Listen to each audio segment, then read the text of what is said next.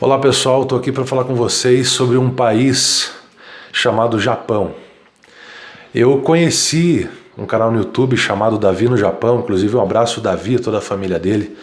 Eu particularmente gosto bastante dos vídeos que ele faz, porque é possível você ver, conhecer um Japão que a mídia não mostra muitas vezes. A mídia mostra alguns lugares turísticos, assim como o Brasil. O Brasil na mídia ele se resume em Rio de Janeiro, funk, uma cultura que a nível Brasil não existe.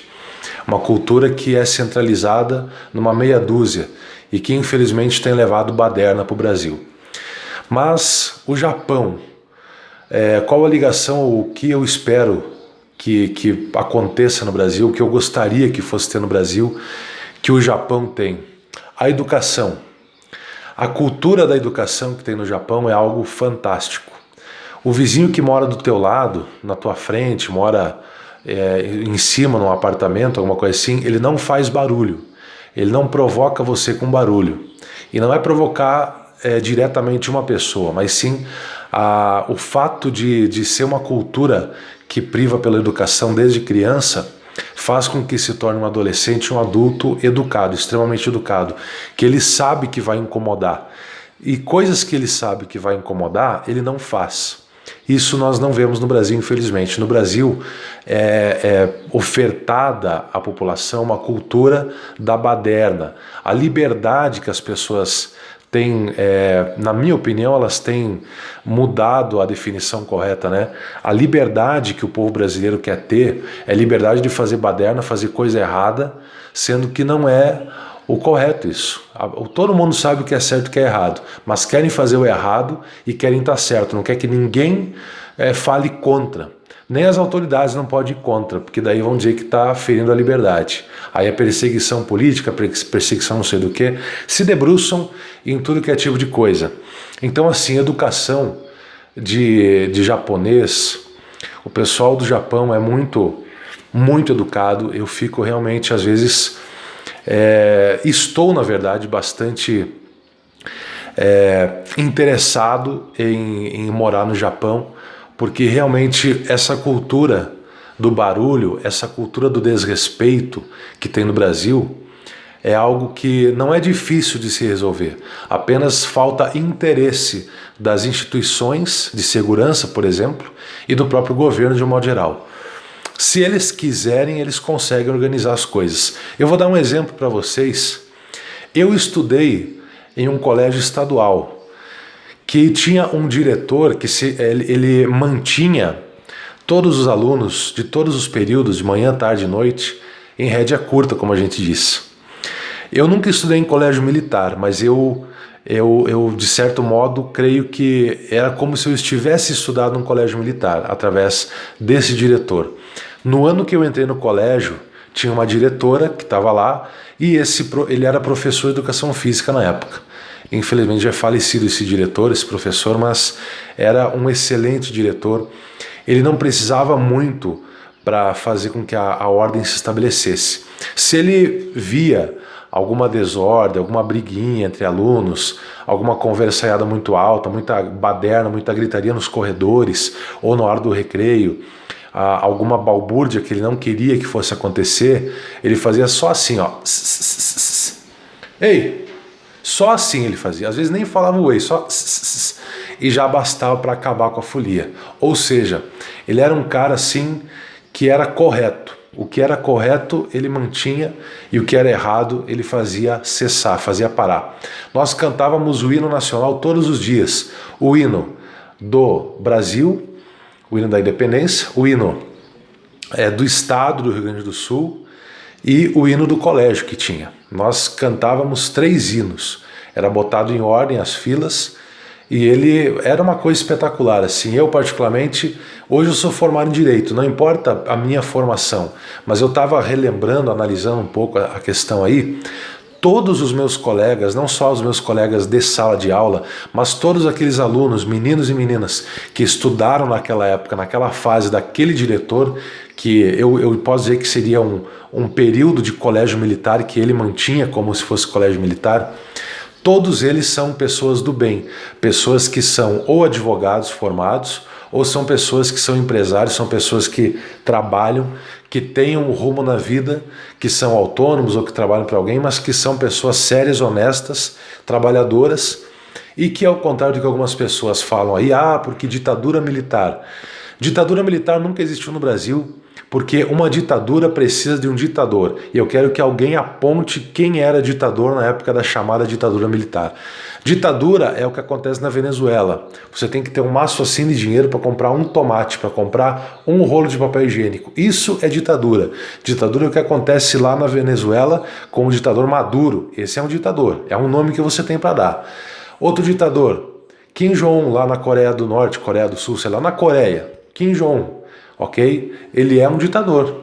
Se você vê as coisas, as condições em que a população vive lá, aí você vai ver o que é ditadura. Isso é um ditador. Aqui no Brasil, o pessoal não sabe o que é ditadura. Aqui no Brasil nunca houve ditadura militar. Houve um governo militar sim, mas ditadura nunca houve. Me aponte um ditador que teve nessa suposta ditadura militar.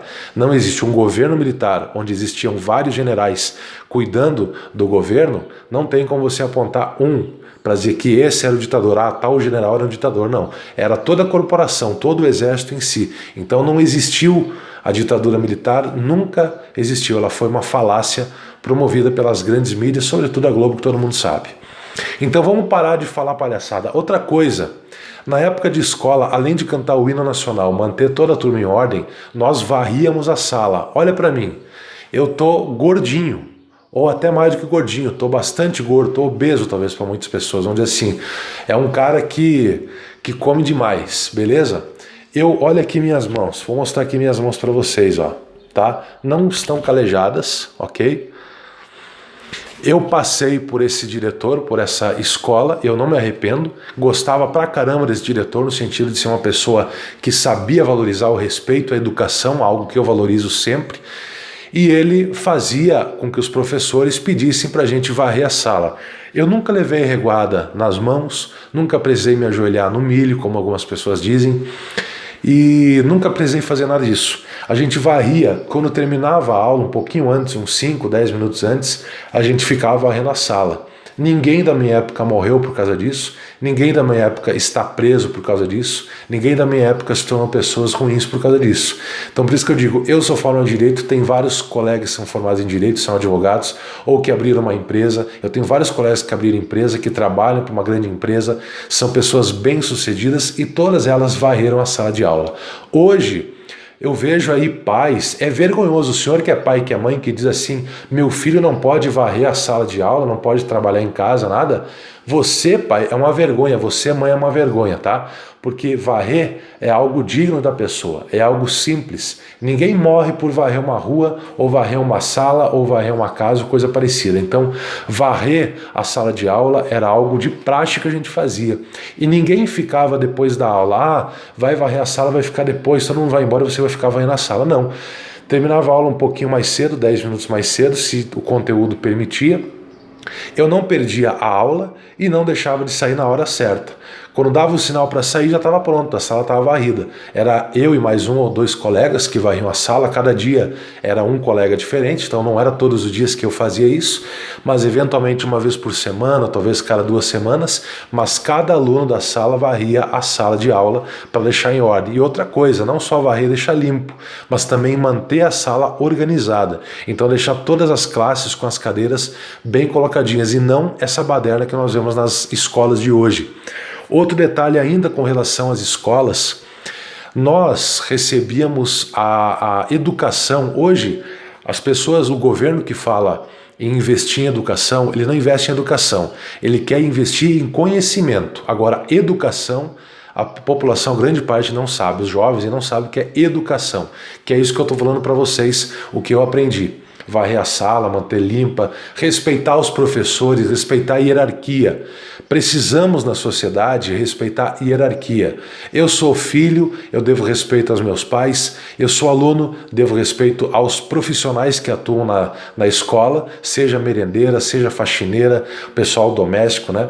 Pessoal, os professores, o diretor, o vice-diretor, eu tenho que respeitar todos, eu tenho que saber que dentro da sala de aula eu tenho o professor como o máximo da hierarquia, né? Eu não devo me sobrepor, eu posso questioná-lo sobre um assunto referente ao conteúdo se eu achar que está errado. Agora, o que acontece hoje, professores apanhando de alunos, pais indo questionar os professores ou até agredir os professores porque pediu para o filhinho, para a filhinha varrer a sala, porque não pode varrer a sala, ditadura.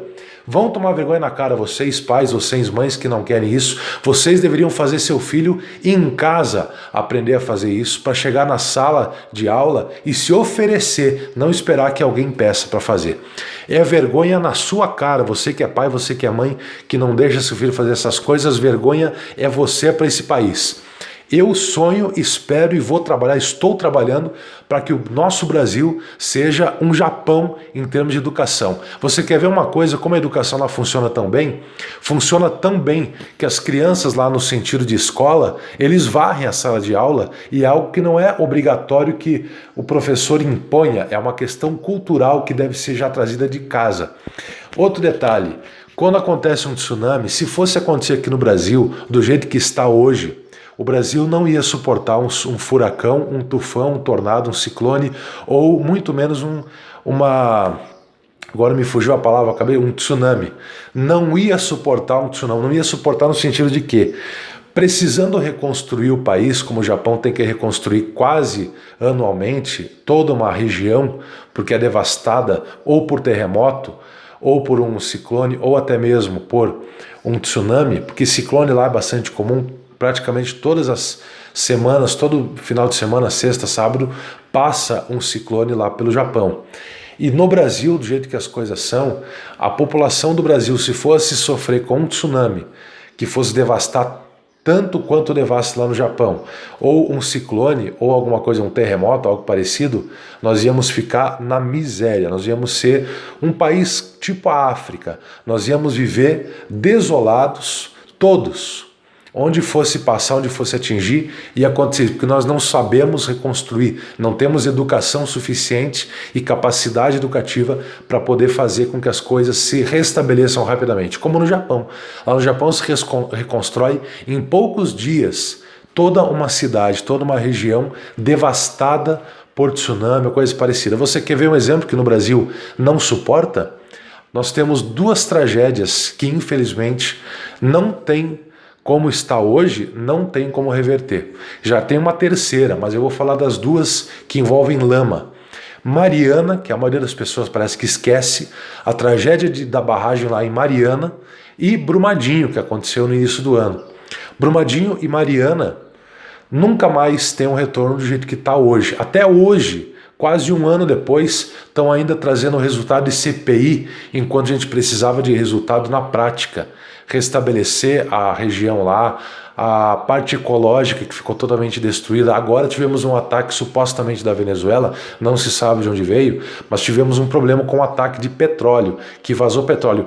Independente de quem tenha provocado o vazamento, se foi do Brasil, se foi da Venezuela, se foi de qualquer outro país, se foi um ataque externo, isso não deveria interessar para o nosso governo no primeiro momento. O que deveria acontecer é uma limpeza total. Estão fazendo uma limpeza bem meia boca, para dizer que estão trabalhando, porque a mídia está envolvida, está mostrando isso. Agora, de fato, Brumadinho, Mariana, quantos anos já aconteceu Mariana? Brumadinho já faz um ano. E agora o petróleo, vários peixes mortos, milhares de peixes, milhares de vidas, o ecossistema, a parte ecológica ficou totalmente devastada. O nosso Brasil, ecologicamente falando hoje, sobretudo no que tem relação com água, né? Então, voltando, em Brumadinho, em Mariana e agora com essa questão lá do petróleo, o Brasil está ecologicamente destruído. E infelizmente a possibilidade de se reverter esse quadro existe, mas do jeito que as coisas andam no Brasil, infelizmente nós temos mais um ecossistema perdido, certo? Mais uma grande quantidade de água perdida, inutilizável, que o governo não quer dar conta de resolver. Tudo por questão educacional. infelizmente. Então essa cultura de você deixar o teu filho, o teu parente, o teu amigo, o teu vizinho sair e incomodar os outros com som alto, por exemplo. Som alto, eu vou citar o artigo 5º, se não me engano, não tenho certeza, mas acho que é o inciso 6º, alguma coisa parecida, diz o seguinte: o lar é asilo inviolável. Não vou falar todo o artigo, só esse trecho. O artigo 5º da Constituição Federal diz: o lar é asilo inviolável. Então, se um policial não pode invadir minha casa, se uma pessoa não pode entrar na minha casa sem um mandato ou sem a minha permissão, minha prévia permissão, é porque está protegida sob esse artigo 5º, inciso, eu não sei se é o 6º, não lembro, mas esse artigo, esse inciso da Constituição me garante que o meu lar é inviolável. Se o meu lar é inviolável, que ninguém pode penetrar, nada nele podendo penetrar, é assim que fala, nada nele podendo penetrar. Significa que o som alto que o cara promove lá no vizinho ou promove na rua, o pessoal fala assim: não, mas a rua é pública, mas a minha casa não é. A partir do momento que aquele som penetrou na minha casa, está atingindo a minha casa e aquela pessoa deve responder. E mais do que isso, deveria ter o discernimento suficiente para saber que aquilo incomoda, que aquilo perturba, que não deveria acontecer. E você pai, você mãe, você tio, você parente, primo, o que for, que permite que essa pessoa instale um equipamento forte no carro e saia à rua fora e incomodar os outros, você também deveria ser preso ou deveria responder processo por participação no crime, porque isso é inadmissível, uma cultura do barulho que nós temos no Brasil que não deve continuar. Eu estou trabalhando para isso também, para que isso pare e cesse. No Japão, nós temos um exemplo, é o parâmetro para o mundo, é o Japão, não é Estados Unidos, é o Japão. O Japão é o grande parâmetro para o mundo inteiro. No Japão você não tem carros de som. Tem, infelizmente, brasileiros que querem morar lá, querem estragar o Japão indo para lá, fazendo o quê? Querendo levar a cultura do Brasil para lá. O que acontece com eles? Se eles querem botar som alto lá, se eles querem fazer barulho, fazer a cultura brasileira ao modo deles lá no Japão, eles são cortados. Não são mortos, mas são cortados. A polícia vai lá, eles quase interditam a pessoa, ou quase fazem ela voltar para o Brasil. Eles praticamente fazem, se a pessoa insistir com aquilo, ou não parar com aquilo, a pessoa acaba tendo o seu visto, o seu tipo green card, né? O seu direito, o seu visto, cancelado lá. E, dependendo do caso, eles fazem voltar para o país de origem. Então, é um grande exemplo que eu particularmente trago para vocês. Espero que o Brasil acorde, que as autoridades do Brasil, o governo, as autoridades institucionais, as autoridades policiais, judiciárias, acordem e vamos fazer um Brasil diferente, fazer um Brasil que realmente vá valorizar a educação, não só o conhecimento, a educação. Desde o pai e a mãe em casa educar o filho, para ele saber o que pode e o que não pode e fazer o correto, não fazer o errado, achando que está certo e querendo ter razão. Isso não pode acontecer. Um forte abraço para você, espero que você reflita, porque essa é a grande verdade que o nosso país está enfrentando e se continuar assim, o nosso Brasil vai afundar, infelizmente. Um abraço para você e até mais.